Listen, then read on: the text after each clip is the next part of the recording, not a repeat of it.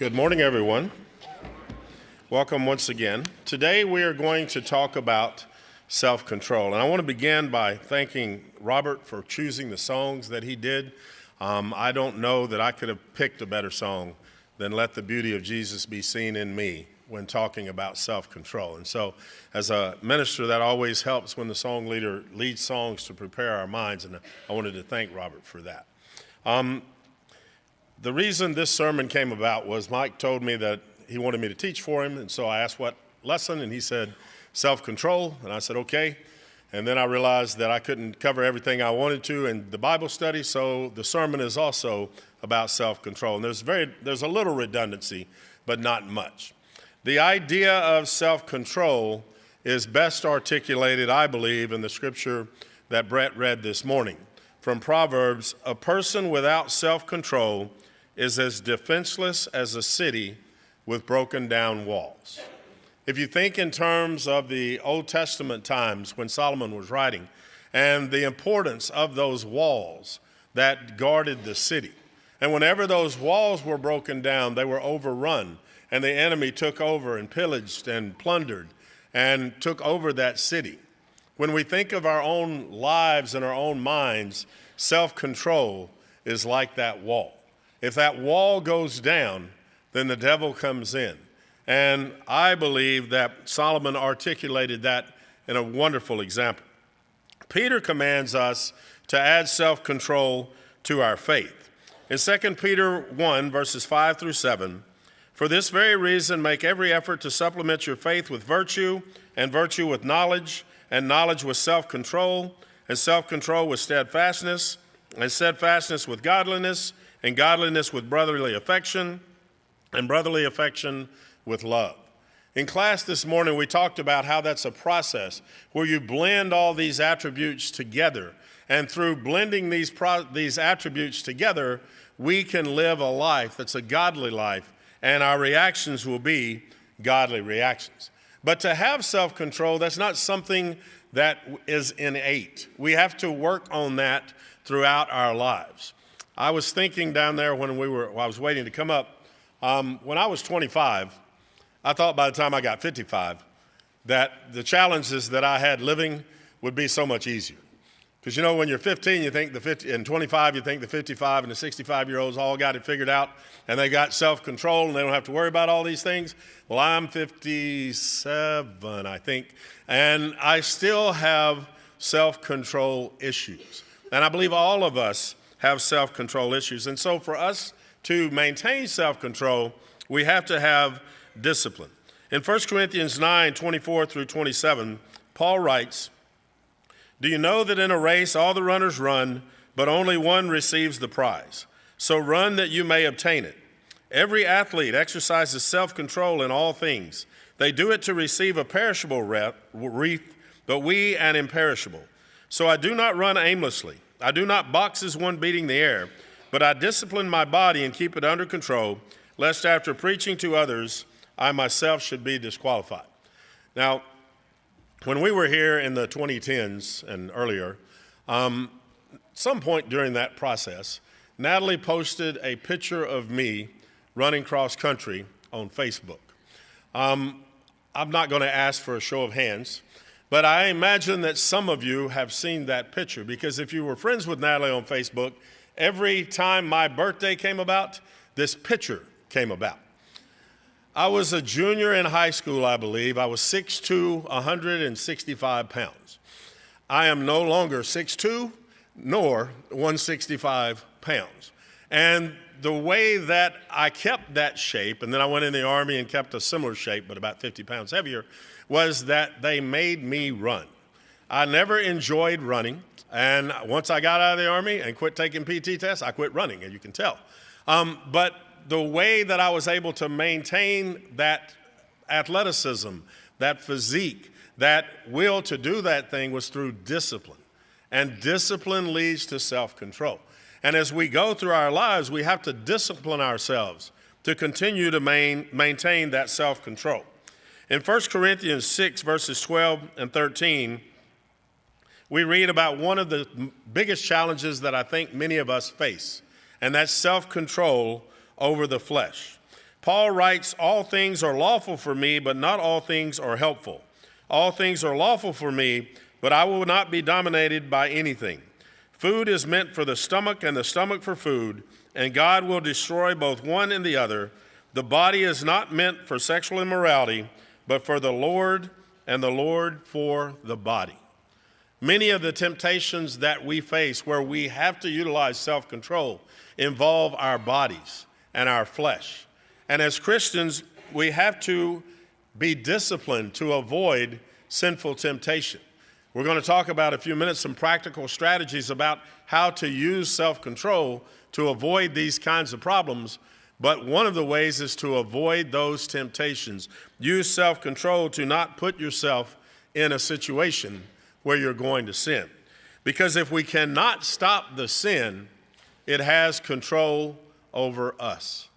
All of you know someone whose fleshly sins have ruined their lives in so many different ways. We all have that have happened in our own family, our friendship networks, whereas if they would have had self-control and utilized self-control, their lives would have been so much better because they gave in to the temptations of the flesh. One of those temptations is sexual impurity.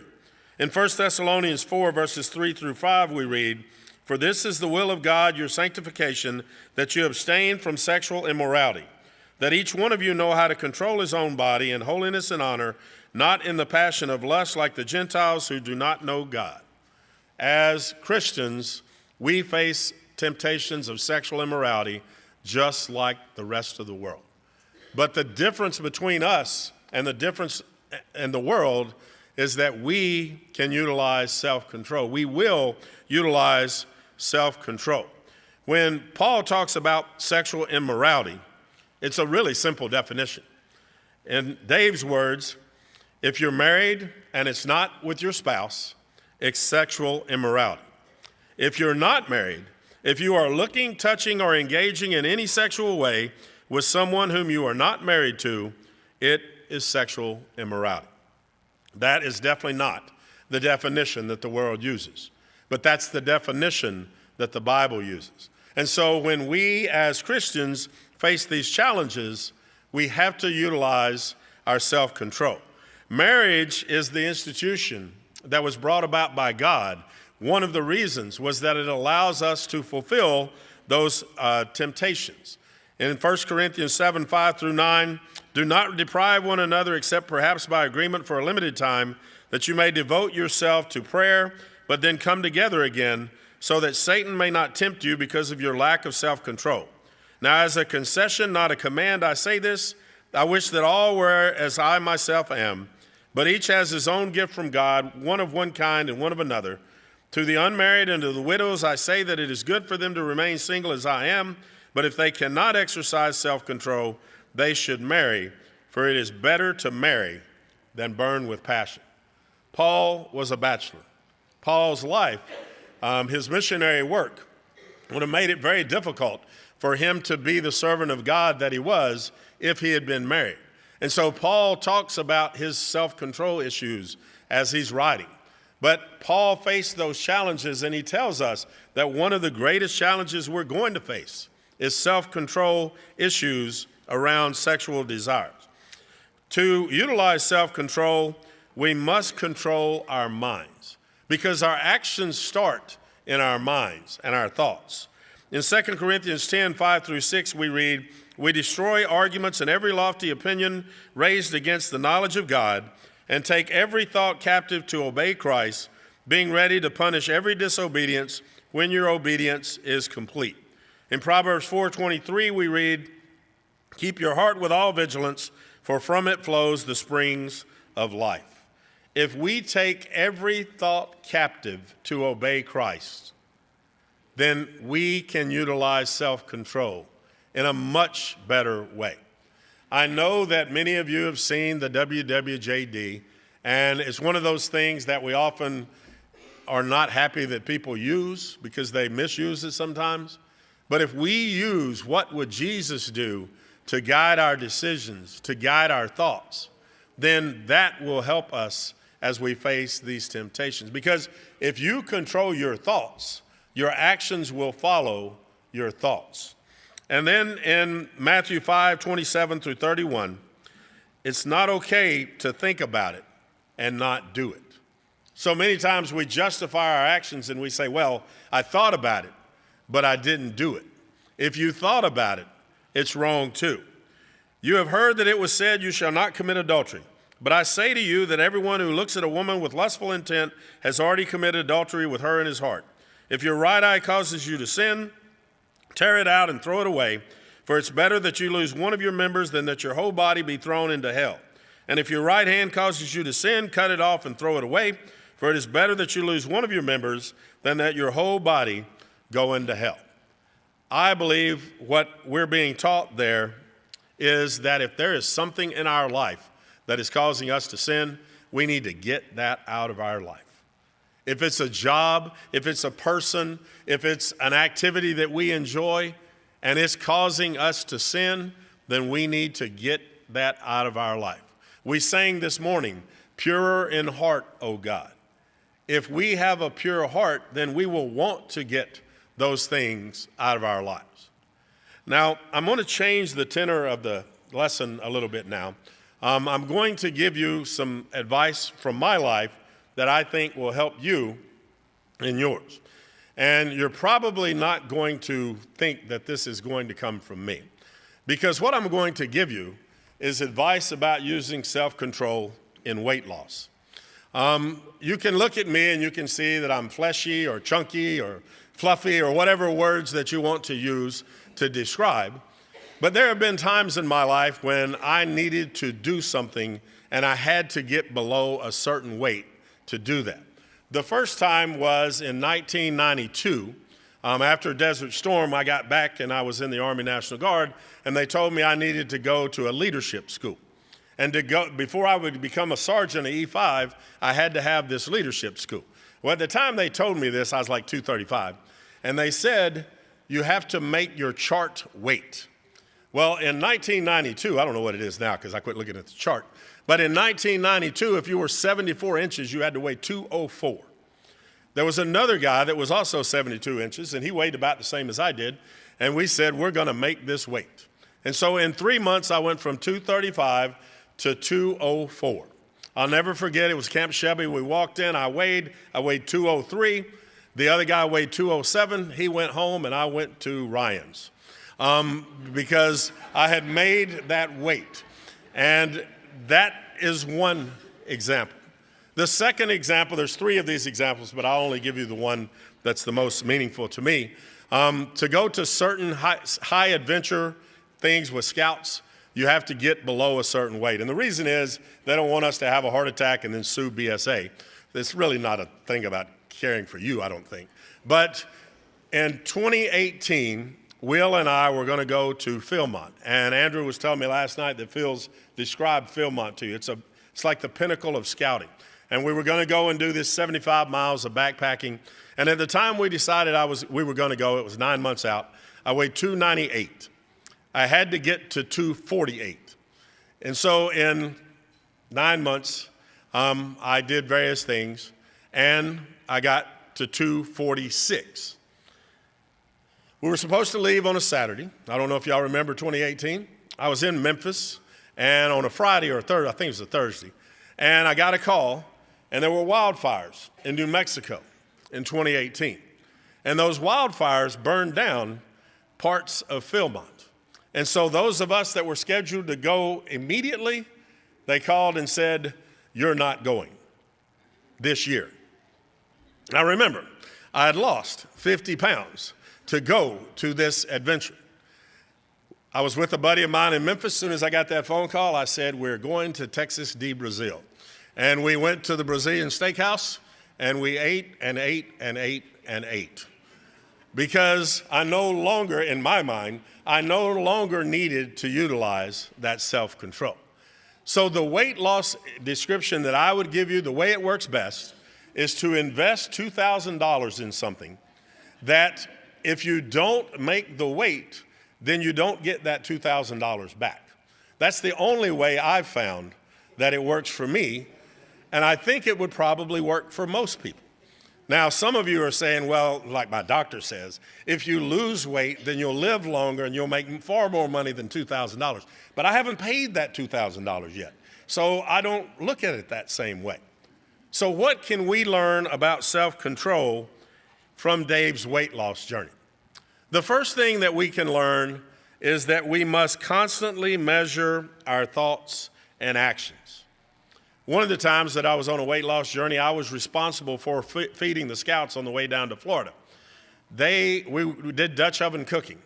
I was on a low-carb thing, so we cooked chicken and rice with all kinds of chicken soup and then vegetables and this great dessert. I cooked it all, and I ate one piece of chicken and walked out on the beach and looked at the beach while they ate because I knew I couldn't be around that food. I had to continually control my thoughts and actions. In Philippians 4:8, we're told, finally, brothers, whatever is true, whatever is honorable, whatever is just, whatever is pure, whatever is lovely, whatever is commendable, if there is any excellence, if there is anything worthy of praise, think about these things. The way to control our thoughts is to think about these things. Whenever your mind is drifting into an area you know is a sinful place, think about these things. There's lots of ways that you can do that. Most of you have a smartphone. I imagine if you have a smartphone, you probably have some kind of Bible app on that smartphone. At any point during the day, you can get on that smartphone and read scriptures. It works for Facebook. It works for scriptures as well. You can keep a Bible with you. And whenever you're straying into that area, read the Bible. You can also listen to Bible lessons or spiritual music. A lot of times when I'm working and my mind is getting distracted, I'll go to YouTube and Google. I don't guess you Google in YouTube. I search in YouTube a cappella music. And there are some beautiful a cappella groups that sing, and you can listen to the words and it gets your mind in a different place. Singing does that for me. Listening to that kind of music. Bible lessons can do the same thing. I also like to sing spiritual songs. Sometimes in my office, I am just busting out Amazing Grace. And people, I don't know what they do because I leave the doors closed, but I know that they notice because they've told me, we hear you singing in your office. Well, the reason I'm singing is trying to keep my mind in a good place. Fellowship with Christian brethren. Last night, our fit team met. There was 20 or so of us. We had a great time for 3 hours. At no time during that 3 hours was I tempted in ways that would have led me astray because I was with brethren, and it was a great experience for us. And I believe that if we spent more time around our Christian brethren, then we would have less temptation to sin. And finally, pray, pray, and pray. Matthew 6:13, Jesus says, lead us not into temptation, but deliver us from evil. Pray that you're not led into temptation. And don't pray that you're not led in temptation as you're driving to that temptation. Pray that you're not led into temptation long before that situation happens. When I was in the military, we trained, and we had to put on chemical suits and masks probably 1,500 times. And I was never in a situation where nerve gas or sarin gas or any of those nasty things they described came about.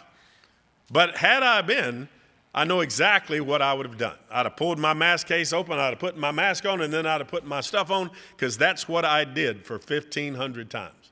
If you train yourself how you're going to react in a situation, then that's the way you will react in that situation. And so as you're going into your life, pray not to be led into temptation, but pray also that God will help you remember what you're supposed to do and act on it. Another way that we can utilize self-control is we must control our emotions. Recently, I don't know how long ago, 2 or 3 years, there was a billboard outside of Starkville. And it said on the billboard, I used to live to eat, now I eat to live. I'm still in the first category. And I really don't know how miserable a life would be if all you did was eat just enough to keep you alive. I find joy in eating, which is why I'm back to where, in my fleshy state, that I was not for many months, we'll say. Because I find joy in eating. And so when I engage in eating and I lose my self-control, it's because I'm feeling so good about eating. And if you can control your emotions, then you can control your actions. When I was a much younger person, and I see it very well in my two 20-ish kids, they have very short tempers. I had a very short temper when I was in my 20s.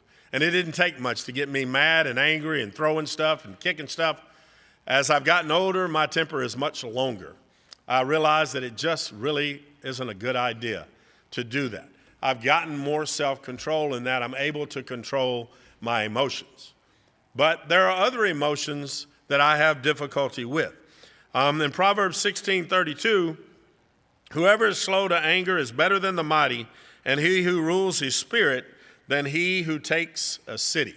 If we can control our anger, that will get us so far in life. If we can keep our feelings in check, including anger and resentment and self-pity, then we will have a better life. We will be better servants for God, because our emotions result from an improper focus on ourselves. If you are acting emotionally, you are thinking about you. If you act in controlling your emotions, you're thinking about others. Sure, it feels good to hit something when you're angry, but it does no good to hit something when you're angry. And then self-control means refusing to act on our emotions. All of you have dealt with people where you thought, well, I won't say that. Let me go back. I have dealt with people where I thought that person just would be better off if I hit them in the mouth. Because the emotional response is, I'm tired of listening to them. If I hit them in the mouth, that will stop this, and this will end much better. But self-control doesn't let me do that. I don't hit them in the mouth.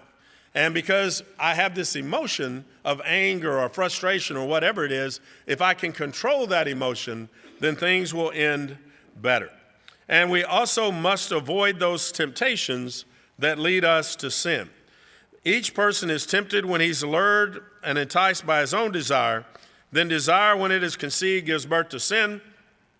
And sin, when it is fully grown, brings forth death. Submit yourselves, therefore, to God. Resist the devil, and he will flee from you. You know the situations that tempt you to sin. If I were to ask you to make a list, you could easily make a list. If you know that those situations tempt you to sin, then you shouldn't put yourself in those situations.